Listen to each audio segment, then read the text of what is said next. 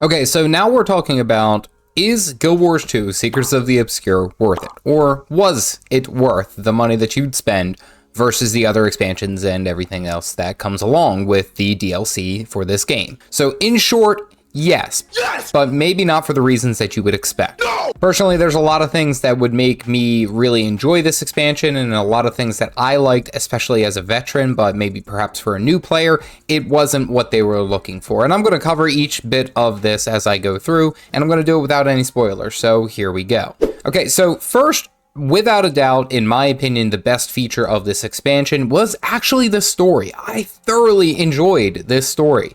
There's 10 chapters, a whole brand new setting, a whole brand new area that really added on to the already great lore that Guild Wars 2 has, but didn't just keep reusing the same assets over and over again. Yeah, I'm looking at basically everyone's from Dragon's Watch and Destiny's Edge. You've been with the same party crew since like basically Living World Season 1. Like, enough's enough. And I was glad to see that ArenaNet kind of took a different direction with this. We have new enemies. We have this new kind of like big bad that we're worried about. And there's a lot of back and forth, we'll say, drama that goes through this story. And it's done in such a great way. And the pacing of the story is fantastic. I thoroughly cannot rate this story enough. So for the money that you would spend on this expansion right out the gate, I would say it's worth it for the story. I also enjoy the story, the campaigns. I like those types of things. I know that's not for every player, but for me, I loved it. Paired with that, of course, is the open world. The open world is one of the best features of Guild Wars 2. It's one of the reasons that a lot of players still play this game, is because they can always just hop back into a map favorite and do some crazy things and have a great time. I will say that the open world is good, and I won't say that it's amazing, I'll just say that it's good. Because the main feature of traversal in this expansion, which is not a spoiler, is of course the sky scale, one of the two flying mounts in this game, sometimes I find it tedious having to fly to each individual point and go to these different areas strictly on the sky scale.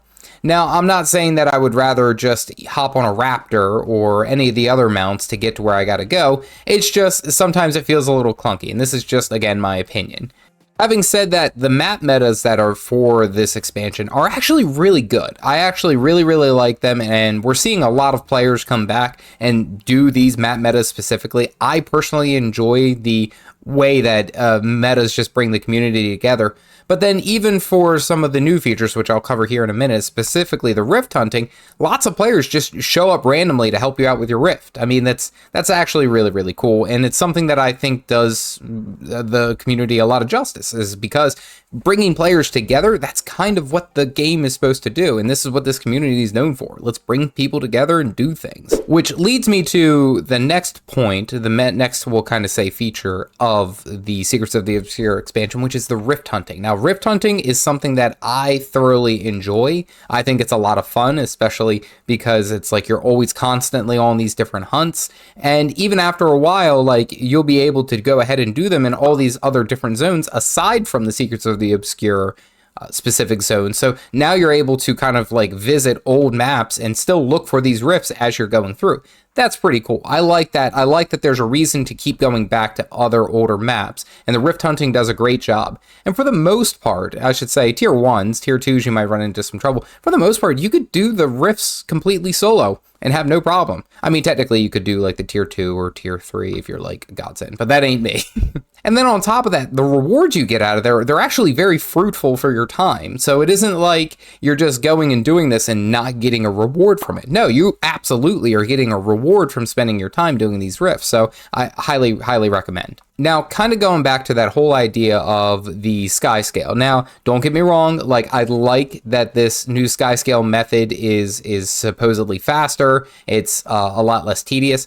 I'm seeing both ways and I'm hearing both ways. Now, I'll be the first one to admit that I haven't dove in fully into searching for the sky scale, but one of the first steps is to find an empty nest, or to find an egg in one of the empty nests. I've probably gone through about like 20 or 30 of these nests, which are fairly decently hidden. They're not necessarily obvious.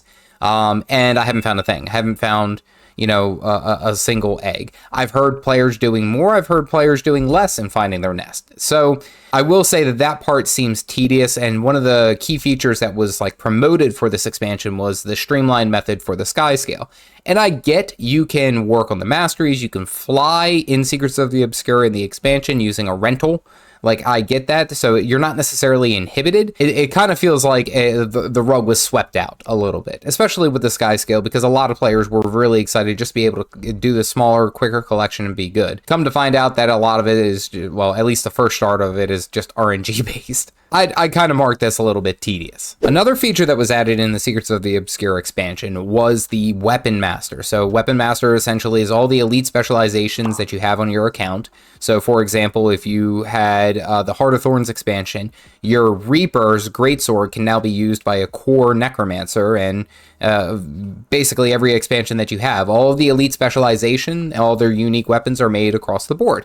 That's a great feature. That is something that I really feel like harks back not only to the way that Guild Wars 1 played. Guild Wars 1, you could basically do any kind of weapon combination. If you were an elementalist, you could use a bow and be a ranged elemental archer. I mean, that was pretty cool. This kind of brings that flavor back, but I think it does the community a lot of justice, specifically talking about the flexibility and then the build paths. There's so many different build paths that players want to do and want to have that you're now opening up the floodgates to allow them to let their creative, we'll say, fibers spin, so to speak. So I'm excited for that. It's something that I've personally enjoyed. I actually just made a video not too long ago talking about how I really liked the condition damage pistol torch Reaper, and it is great fun. I love it. I like this versatility. I like this flexibility. Something really that was a good positive, and it was very easy to get. You basically, as soon as you start Secrets of the Obscure, bam, you get it. It's that simple. And now let's talk about relics. I honestly, I don't necessarily like all the relics, especially how they are played. A lot of them seem very kind of out of your control, and I suppose runes in that case were a bit out of your control. However, I felt like with the runes, there was a lot more diversity, a lot more differencing, we'll say, or differentiating abilities. And maybe it's because recently, right before Secrets of the Obscure, I was making a whole bunch of RP builds. So like Rune of Vampirism doesn't regenerate 10% of your HP upon kill anymore, or Rune of the Ogre doesn't summon a rock dog in combat. Like these small, like little unique things that were really a big flavor in the runes. And I feel like everything's been kind of pigeonholed with the relics. Now, to be fair, there are quite a few of them that I'm like, okay, this is actually pretty good. I actually really enjoy this one. One that I really like is the Relic of the Fractal, which if you get so many stacks of bleeding, it applies Burning and Torment, like just automatically. Bam, there you go. Okay, cool. I can be on board for that. I would say that this is a good feature. I wouldn't say it's great. I won't say it's amazing. It has its limitations, has its ups and downs, but it does offer more flexibility as far as like your build paths, which I kind of understand as like the overarching, we'll say, point of kind of what this expansion wanted to do. Okay, so my final opinion and my final, we'll say, overall sentiment for this expansion, and is it worth the money that you would spend on it? And I'll look at this in the case of, we'll say, both new players and old players. I would say yes. This expansion is very much worth the extra money that you would spend.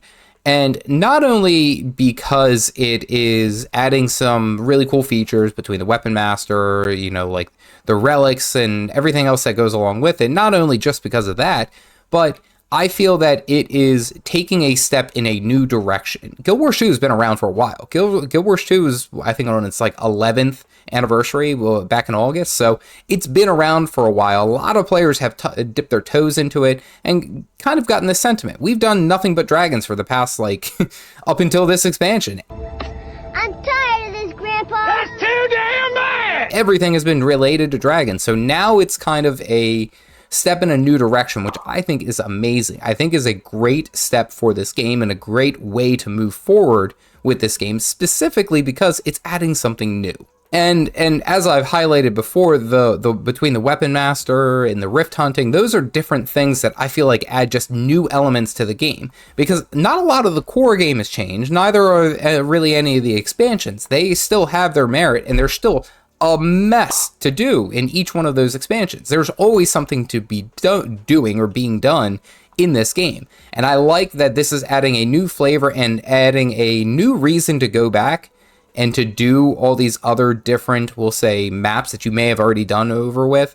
Or, for example, like, say you're going for a gift of arid desert mastery, so you have to go and get a whole bunch of funerary incense. You could be messing around in Path of Fire zones, and, oh, hey, you know what? Let me pop open a rift and let me go see if I can't find one. Cool. You get to go and do that. And I think that's important too, is because getting back into the core game and the, we'll say, flexibility of the core maps are probably one of Guild Wars 2's best features. Being able to have that accessibility to and from, back and forth between old maps and new maps and everything else that you're going to be doing really brings that diversity into the game, because guess what? You're going to have new players. Every player's at a different stage as far as Guild Wars 2 is concerned. You might have a player who is only put in, 25 hours or something, and they're just starting out in the Crystal Oasis, and here you come doing rift hunting and they see you. That might be a conversation. They might jump in and help and say, whoa, what the holy heck was that? Why did a hole open up in reality and all these demons pour out? Well, there you go. There's a conversation and bringing these players together. Having endgame content, having to dip into, we'll say, where new players might be, or we'll say newer players are, is always going to benefit the community, because now you have people in each one of these maps. Not only does it bring in a sense of a conclusion that there's reasons why people are here, but it helps out in that mindset of an MMO. If you're playing a game, and especially what's labeled as an MMO, and you don't see anyone for like an hour of you questing and doing stuff, it's a little disheartening. I will admit, it makes the world feel very empty. And then you have all these rifts opening up. You have people coming back and trying all these different things across the maps. I think it's well worth it. I think it does the community a lot of justice. If you are a new player, I think the content in Secrets of the Obscure, because technically you could jump all the way straight to that expansion, and really there's no heavy spoilers there. You're not going to really ruin any of the other stories that are part of with it, aside from maybe like one character. But then even from there, you're able to start a new journey in Guild Wars 2 that doesn't necessarily discount all the rest that you may have missed. Now, specifically for the veterans, I would say yes, this is of course always going to be, this expansion's a lot of fun. There's a lot of new features. It's just adding on to the already wealth of great things that Guild Wars 2 does. I will say that one thing that is a little, we'll say it sucks, is that there weren't any new elite specializations. Given the price point of I think $30 for this expansion compared to the End of Dragon's base game, which I think was $35 or somewhere in that neighborhood, it is a little disheartening that it feels like there's a lot less content in there, but it's really for show. There's a lot more than meets the eye, is what I'll say. You don't get the elite specializations, no, but you do get to have a whole bunch of unique weapons, so it's a trade-off. If you are interested in getting into this game and you are in the process of picking your class, I suggest you watch this video here. This is going to talk about the 5 things the big mistakes that I made when picking my class in Guild Wars 2 the first time. And it kind of talks through my journey of what I did and what I learned after playing the game for some time. Otherwise, stay caffeinated, folks.